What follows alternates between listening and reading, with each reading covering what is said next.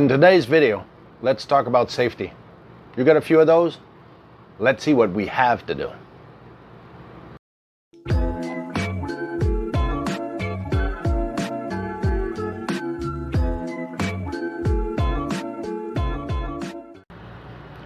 So welcome to Safety 101. First of all, you got to locate where you have your smoke detector, your propane detector. And I'm going to show you how, because you need to know this. There's a date on those items, like the smoke detector, like the propane detector, like the carbon monoxide. And it takes 2 seconds. You guys can figure this out. First of all, this is the tool. This is the RV inspection tool. We all have this square number 2 instead of the Phillips that we all have. The square number 2 is generally in the RV industry a lot of time. So you just pop up this smoke detector. We'll test it after to make sure it's still running. So it has a battery in there. So you take this battery, and there's a big hole, there's a little hole, because those two batteries, as you know, those 9 volts, there's the big one, there's a little one. So let's try to remember how it goes. It was like this. I can see the holes. But now you got a cover, you got nothing. So you got to unscrew those. So you got to loosen up those 2 little bolts just a little bit. And typically when you're young, you don't shake, so it's really quick. When we get a little bit more mature, because I don't dare say older, we tend to have a problem finding the hole. Well, geez, those, well, typically you just slide them out.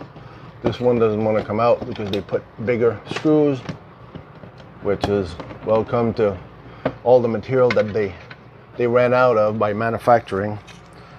So here we go. We'll show you with a little bit more detail.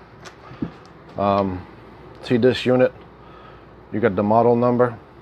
You got the date on there. March of, I can't even see with my March 2021, March 9. So those will be good for about 6-7 years. So find a model that is an RV model when you change those. It doesn't have to be a BRK. It could be any brand that requires an RV model for a smoke detector. So now I just have to go back up there and rehook it up, and then we'll go to the propane LP, and I'll show you how to test this. So I figured I'd avoid you the pain of looking at me putting those screws back on, so I'll just test it real quick. Perfect, works. My tool is sometime necessary down there, but let's go down there.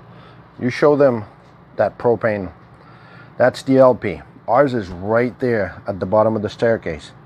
Luckily on this one, on the upper right corner, you can see the date, and it's 2026. Normally, we have to take those off in a lot of older model because they put the date in the back. Do yourself a favor. It's the same thing. See, this one is good for about the same thing, about 7 years, because it was probably done in 2020. So I know they'll say it's 7 years, but I always like to change them before. I think the safety of those little ones are more important than the 35 bucks I'm gonna have to spend or invest in this. So I'm gonna show you how we test this. There's 2 ways of testing them. We're supposed to test them with propane, which this has propane. Laurel's always afraid of using this because she forgets that you can actually stop and the propane still comes out. So we're going to test it like this. And you can also push the button. Pushing the button means that it's working, but it doesn't necessarily mean it's going to work with propane. So that's why I like to do this test.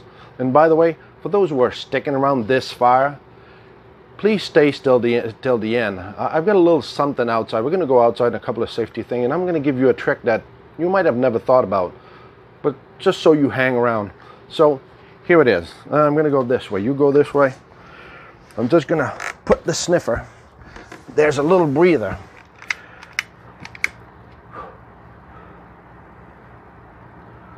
So there's a little breather right there. So now I'm starting to smell propane. So see, if it doesn't work, well, that means that we got a faulty unit. Do you see the little holes? So we avoided you the screaming, but see, that's what I'm saying. Now it's just because I got my glasses, it's dark, and I should have looked before, but the little sniffer, you'll see a couple of holes there. You can see that with the camera?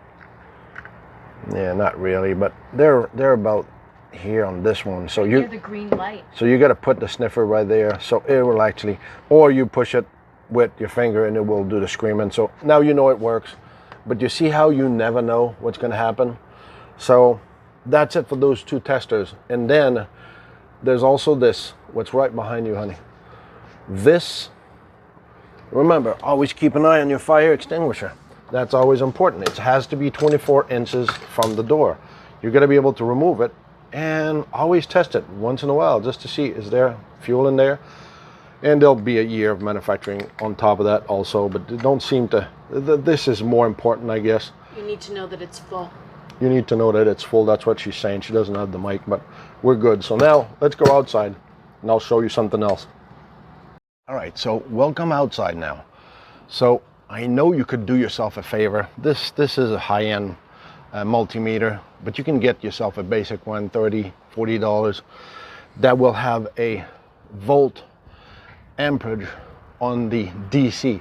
So for the 12 volt that you're able to test your, we call this the oops safety switch, because if ever you forgot to hook your trailer or something happens, well, at least this applies the brake to your unit. Another safety. So let's say, for instance, I'm going to put it here, and I don't know if you can see this. I'm going to bring it to amperage AC, amperage DC. Okay, so that's the amperage on the 12 volt system.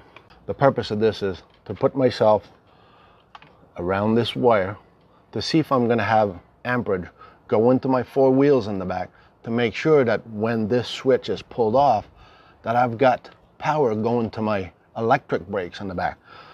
So you just pull this, look at the meter here. So I'm pulling on that oops switch, and it goes up to 12.3 volts DC. That means I've got power going over there, and it should be safe.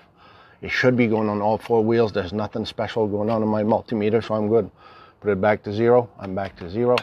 So now it tells me that this actually works. My brake will actually work. Because other than that, how are you going to test it? You're going to say, well, I've got this, it should work. No, you'll never know unless you try it with your trailer and you say, well, my electric brake worked. But it doesn't mean that your switch worked. So invest in one of those, not those. Like I said, there's some cheap one out there on the market, 30, 40 bucks. It will do the same thing. DC volt amperage tester. We'll see you in the next step. So this is another tip I'm going to give you. We all like we have those docking lights, you know, that we can flick on and oh, it's beautiful in the front of the camper and that's it. Well, a lot of us have a lot of lights around our camper. So from marker lights in the front to marker lights in the back, blinkers and brakes in the back. So here's a little trick for you to be able to turn those on at light, which doesn't matter. It just goes out of your battery. It doesn't take any power. It's not like you're sucking up your battery. They're still charging. There's a converter in there. And it's also, the safety part is that you can actually go check your lights if they're all working before you leave. If you're parked at home and Friday afternoon, you know you're going to hook up Saturday morning or whatever. So you take one of those little fuse that you have. This one is a mini fuse. The bigger one works too. You take this tab right here on your 7-prong, and what you do, you just pull this little tab. Let's say I'm going to put it under. So there you go. So now let's go check if our lights are working. Now all the lights around your camper are actually turned on. So as you can see, you're in the back of the camper and all your marker lights are on. Wow. See, in an inspection, it's called life safety. So every lights have to be on. So we checked all the lights around and all the marker lights in their operation, the left blinker, the right blinker. So sometimes doing that little trick avoids you to have somebody with you. And then you can always check your blinker as you're going. But it just gives you an idea that stuff is working. So now let's go to the other step.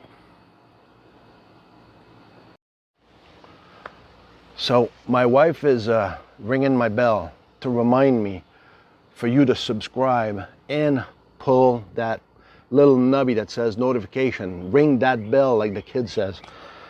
So that's for you to be able to follow us when we do different videos like this. So here's the next step, and here's where I'm trying to get you to stick to the end because this is kind of cool, and that's how I use stuff. And I'm going to show you a quick snippet of how to use your power once you're at your tire. Tires are a big thing. That's what we rely on. That's what we live on. Rolling resistance is a big thing on tire. So you got to keep up with your tires. So on there, it will give you an idea of the PSI that you have to maintain it at about so many PSI for the carrying weight capacity. Coming from the trucking industry, sometimes I cheat on that a little bit because I'd like to have a little bit more support than the full-blown 110 PSI that these require. So you just go around your tire, you look at, well, the size you have, but then you can end up at the load range. And see, this one will say 110 PSI at cold. So that doesn't mean you have to order cold air. There's no such thing as hot air. But to give you an idea, these normally, those little green nubbies, is because it's full of nitrogen. Nitrogen doesn't tend to deflate and inflate with rolling resistance when it's getting hot and as you're rolling. That's the advantage of nitrogen. So you're going to keep an eye on your pressure. Either you have, like I use the electronic digital air pressure, or the tire pressure, the regular manual one. So see, this one is the one you look at, but it's about 100 pounds. So this one will be 99.6, so that's more precise. That's what I use. So see, this was 110 that they recommend to have on this. I keep mine at about 100. So this one's 99.6. I already checked this one, it was 100. So here's my little trick for you. Oh, and when you have an older rig, or you bought a rig and you want to avoid calling us for an inspection, and you want to check your tires, on every tires there's a DOT date, and it's in the circle. See, this one, it's backwards, but it says 12/21. So that's built the 12th week of 2021. So just remember this. So here's my tip for you. So as a lot of us have compressor, we got nice compressor because we want to be able to plug it in, and but they come with 20 feet of cable, and they come with 20 feet of hose, and let's make it simpler. I already took it out of my rack, but instead of having to plug it on my battery over there and having my hose that's 20 feet long also, so now you end up with a box full of this. What I do is, everybody has a rechargeable drill. So I take a couple of keys. This is not to do publicity, but this is a Black & Decker battery, 20 volt. This is a 24 volt Lowe's Cobalt. So on your batteries, you'll always have those slots where you plug your stuff in. It's even written on there, positive and negative. So what I do is I do this. I put my keys in there, and I got a negative. So I just insert my key. I put my plug on one. I put my negative on the other one. And there you go. I can operate my pump. So I actually have my power right here, and I just blow up my tire. So welcome home. That was tip 101. So remember this, and do never forget, it's not about the destination. It's all about the journey.